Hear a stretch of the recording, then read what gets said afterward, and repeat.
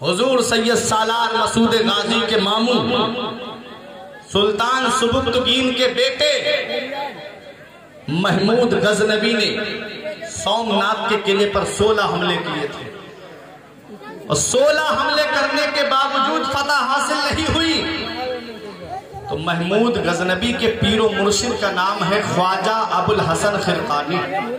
یہ علماء کرام بیٹھے ہیں، سب میرے سر کا تاج ہیں، میں ان کی بالخصوص توجہ کا طالب ہوں. بہت غور سے سننا، تاریخ اسلام اور غازی پاک کی عظمت و شان آج آپ کے سامنے بیان کروں گا. 16 مرتبہ حملہ کیا، فتح حاصل نہیں. پیر و مرشد نے جب مرید کیا تھا تو اس وقت اپنا پیرہن یعنی جبہ شریف دیا تھا اور کہا تھا محمود جب تیرے اوپر بہت زیادہ پریشانی کا وقت آ جائے تو میرے جبے کے وسیلے سے دعا کرنا، اللہ تیری دعا کو قبول کر. اب محمود غزنوی سوچنے لگے اس سے بڑا پریشانی کا وقت میرے اوپر کون سا آئے گا. فجر کی نماز کے بعد دعا کی، مولا میرے پیر و مرشد کے جبے کے وسیلے سے مجھے فتح عطا فرما دے. 17ویں مرتبہ حملہ کیا اور حملہ کرنے کے بعد جب فوج نے حملہ کیا وہ زندہ دلی کے ساتھ میں سومناتھ کے قلعے کا دروازہ توڑ کر کے فوج اندر گھس گئی اور گھسنے کے بعد سومناتھ کے قلعے کو فتح کر لیا جاتا ہے. جب سومناتھ کا قلعہ فتح ہو گیا اور جب اس قلعے کے اوپر فتح کا جھنڈا لہرانے کا نمبر آ رہا تھا تو داہنی جانب سے جس شخصیت نے 10 سال کی عمر میں اسلام کا جھنڈا سومناتھ کے قلعے پہ گاڑا تھا اسی کو پوری دنیا سید سالار مسعود غازی کہتی ہے. وہ سید سالار مسعود غازی ہیں. آؤ ذرا تاریخ اٹھا کے دیکھو. 405 ہجری میں پیدا ہوتے ہیں. خواجہ غریب نواز رضی اللہ تعالیٰ عنہ سے تقریباً 132 سال پہلے پیدا ہوئے ہیں اور غوث پاک رضی اللہ تعالیٰ عنہ سے تقریباً 65 سال پہلے پیدا ہوئے ہیں. مرتبہ غوث اعظم کا بڑا ہے، شان غوث اعظم کی بڑی ہے. مجھے اس مرتبے سے میں کوئی بات نہیں کر رہا ہوں، میں بات صرف تاریخ پیدائش کی بتا رہا ہوں. دیکھو سید سالار مسعود غازی کی شخصیت، ذرا تاریخ اٹھا کر کے دیکھو. خواجہ غریب نواز سے 132 سال پہلے پیدا ہوئے ہیں اور سید سالار مسعود غازی نے خواجہ غریب نواز سے تقریباً 100 سال پہلے اس ہندوستان کی سرزمین پہ اسلام کا جھنڈا لہرایا. اٹھاؤ تاریخ اور دیکھو تاریخ کا مطالعہ کر کے کون سید سالار مسعود غازی ہیں. آج بہرائچ کی سرزمین پہ جا کر کے دیکھو. آج بہرائچ کی سرزمین جسے گنج شہیدہ کہا جاتا ہے، وہ بہرائچ کی سرزمین جہاں میرے غازی دولہ آرام فرما ہے، وہ بہرائچ کی سرزمین جہاں پر سلطان الشہداء فی الہند آرام فرما ہے. کون سی بہرائچ کی سرزمین؟ وہ بہرائچ کی سرزمین جہاں پر ہر طرف آپ کو شہداء کے مزارات آپ کو نظر آئیں گے.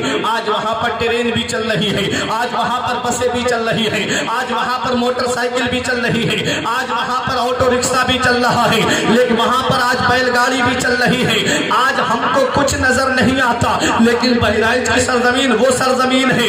آج ہم کو کچھ نظر نہیں آتا، جنہیں نظر آیا ہے وہ گھٹنوں کے بل چلتے ہوئے نظر آتے ہیں، جنہیں نظر آیا ہے وہ پنجوں اور ایڑیوں کے بل چلتے ہوئے نظر آتے ہیں اور پوری دنیا کو یہ پیغام دیتے ہیں زمین ہند پر تیرا بڑا احسان ہے غازی، زمین ہند پر تیرا بڑا احسان ہے غازی، یہاں کے ذرے ذرے میں تیرا فیضان ہے غازی. جناب خضر کو دیکھا ہے اکثر تیری گلیوں میں، جناب خضر کو دیکھا ہے اکثر تیری گلیوں میں، نہ جانے کس بلندی پر تیرا ایوان ہے غازی. حضرات کون سید سالار مسعود غازی ہیں؟ آپ کتابیں اٹھا کر کے دیکھیں. وہ میرے مسعود غازی ہیں جن کی عظمت و شان کے قصیدے آج کتابوں میں آپ کو ملیں گے. حضور مخدوم بہار حضور سید شرف الدین یحییٰ منیری نے حضور سید سالار مسعود غازی کے بارے میں اپنی کتاب مکتوبات صدی کے اندر لکھا ہے. کون مسعود غازی؟ وہ مسعود غازی ہیں جن کے بارے میں غوث بنگالہ شیخ علاء الحق پنڈبی نے اپنی کتاب کے اندر لکھا ہے. وہ سید سالار مسعود غازی جن کے بارے میں محدث علی الاطلاق حضور عبدالحق محدث دہلوی نے اپنی کتاب اخبار الاخیار کے اندر لکھا ہے. وہ مسعود غازی غازی جن کی عظمت و شان کے بارے میں خواجہ قطب الدین بختیار کاکی نے تحائف چشتیہ کے اندر لکھا ہے، وہ میرے مسعود غازی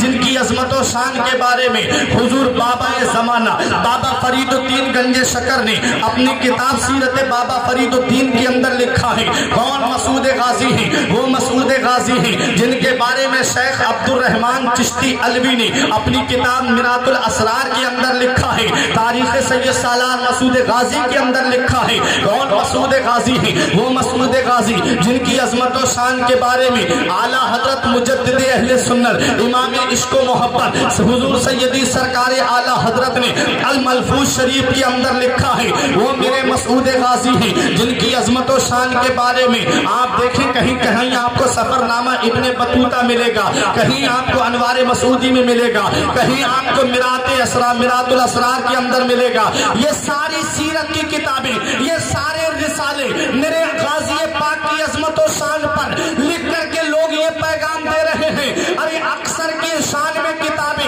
علماء کرام نے لکھی ہیں، اور میرے غازی کا وہ مرتبہ ہے کہ ان کی شان میں کتابیں اولیاء کرام نے لکھی ہیں، جن کی عظمت کو زمانہ سمجھ نہ پایا، جن کے مرتبے کو زمانہ سمجھ نہ پایا، جن کے رتبے کو زمانہ سمجھ نہ پایا، وہ میرے غازی کی عظمت و شان کو بیان کر رہے ہیں۔ کیا کوئی بابا فرید کے مرتبے کو سمجھ پایا؟ کیا کوئی محدث عبدالحق دہلوی کے عظمت و شان کو سمجھ پایا؟ کیا کوئی حضور بابا فرید الدین گنج شکر کی عظمت کو سمجھ پایا؟ کیا کوئی خواجہ قطب الدین بختیار کاکی کی عظمت کو سمجھ پایا؟ کیا کوئی حضور اعلیٰ حضرت کی عظمت کو سمجھ پایا؟ یہ بڑے بڑے اولیاء کرام میرے غازی کی عظمت و شان کو بیان کر کے دنیا کو یہی پیغام دے رہے ہیں، زمین ہند پر تیرا بڑا احسان ہے غازی، یہاں کے ذرے ذرے میں تیرا فیضان ہے غازی، مساجد ہو مدارس ہو نمازیں ہو اذانیں ہو، یہاں جو کچھ بھی ہے تیرا ہی تو فیضان ہے غازی۔ کون سید سالار مسعود غازی؟ جب آپ کی عمر شریف 4 سال 4 ماہ 4 دن کی ہوتی ہے تب آپ کی رسم بسم اللہ ہوتی ہے، اور آپ کے لیے آپ کی تعلیم و تربیت کے لیے جن استاذ کو مقرر کیا جاتا ہے حضور سید ابراہیم بارہ ہزاری، انہوں نے 9 سال کی عمر تک آپ کو تمام علوم ظاہری اور علوم باطنی کا ایک بہت بڑا کوہ ہمالیہ بنا دیا، اور حضور سید سالار مسعود غازی شہ سوار تھے۔ شہ سوار اس بہادر کو کہتے ہیں کہ گھوڑا کتنی بھی تیز رفتار پر بھاگ رہا ہو، سید سالار مسعود غازی اس کے اوپر کود کے بیٹھ جایا کرتے۔ تلوار چلانا، نیزہ چلانا، برچھی چلانا، سارے فنون آپ نے 9 سال کی عمر میں حاصل کر لیے تھے۔ وہ سید سالار مسعود غازی رضی اللہ تعالی عنہ بہت کم عمر میں جام شہادت آپ نے نوش کر لیا، لیکن تاریخ بتاتی ہے کہ آپ ہندوستان کی سرزمین اجمیر معلیٰ کی سرزمین پہ آپ پیدا ہوئے تھے۔ آؤ ذرا دیکھو، حضور سید سالار مسعود غازی اپنے ماموں سے اجازت لے کر کے جب آپ بہرائچ کی سرزمین پہ تشریف لا رہے تھے، آپ آ رہے تھے راستوں پہ قیام کرتے ہوئے، اور جب بہرائچ کی سرزمین پہ آپ نے قیام کیا، اس وقت یہاں پر بہرائچ کی سرزمین پہ جو راجہ تھے، روایتوں میں ملتا ہے تقریباً 21 راجہ یا 17 راجہ مل کر کے غازی پاک کے مقابلے کے لیے آئے تھے۔ الکفر ملت واحدہ، حدیث میں ہے کافر ایک ہی ملت ہے، سب کے سب غازی پاک کے مقابلے کے لیے آئے، اور میرے غازی کو دھوکے سے شہید کیا گیا تھا۔ میرے غازی پاک رضی اللہ تعالیٰ عنہ کی فوج آگے بڑھتی جا رہی تھی، اور ایک میدان تھا جہاں زمین میں کیلیں گاڑ دی گئی تھی اور ان کے اوپر ریت بچھا دی گئی تھی۔